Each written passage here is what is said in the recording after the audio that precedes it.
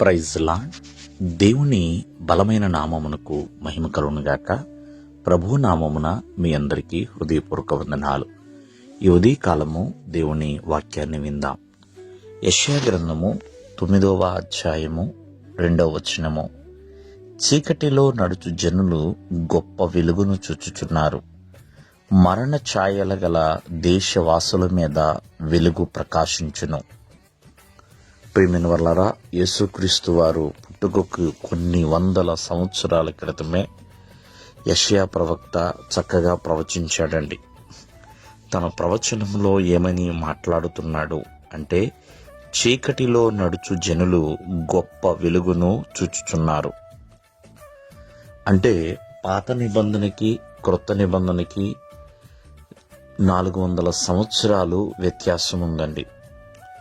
ఈ 400 సంవత్సరాలని బైబిల్ పండితులు నిశ్శబ్ద కాలమని, చీకటి కాలమని, ఏ నాయకుడు, ఏ న్యాయాధిపతి, ఏ కాపరి లేని కాలమని, ప్రజలు చాలా ఇష్టానుసారముగా జీవిస్తున్న కాలమని సెలవిస్తూ ఉంటారు. అంటే చీకటి అంటే అర్థము పాపమండి. పాపము చేస్తూ పాపములో నడుస్తున్న జనులు గొప్ప వెలుగును చూచుచున్నారు. ఆ గొప్ప వెలుగే నజరేయుడైన యేసుక్రీస్తు వారు. ఆయన ఈ లోకానికి వెలుగుగా దిగి వచ్చాడండి. ఆయన మరణ ఛాయల గల దేశవాసుల మీద ఆయన వెలుగు ప్రకాశింపచేయబడింది.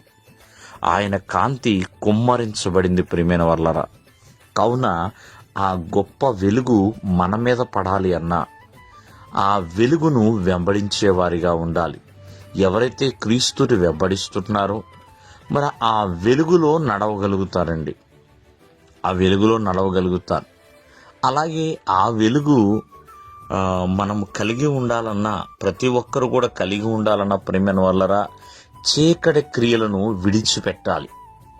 చీకటి క్రియలను విడిచిపెట్టి వెలుగులోనికి వచ్చేవారిగా ఉండాలి. కావున ఆ గొప్ప వెలుగుని ఆనాడు గొర్రెల కాపరులు చూడగలిగారు. తూర్పు దేశపు జ్ఞానులు చూడగలిగారు. ప్రియమైన వాళ్ళరా, అంతేకాకుండా మరి ఆ యెరూషలేములో ఉన్న వారందరూ కూడా చూడగలిగి ఉన్నారు. అలాగే నేటికి కూడా కొన్ని కోట్లాది కొలది ప్రజలు ఆ వెలుగుని ప్రేమిస్తున్నారు, ఆ వెలుగుని వెంబడిస్తున్నారు, ఆ వెలుగులో నడుస్తున్నారు.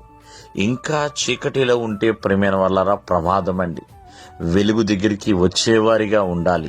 ఆ వెలుగులో నడిచేవారిగా ఉండాలి. ఎందుకంటే పరలోక రాజ్య పట్టణము వెలుగుమయమండి. చీకటి పట్టణం అయితే కాదు.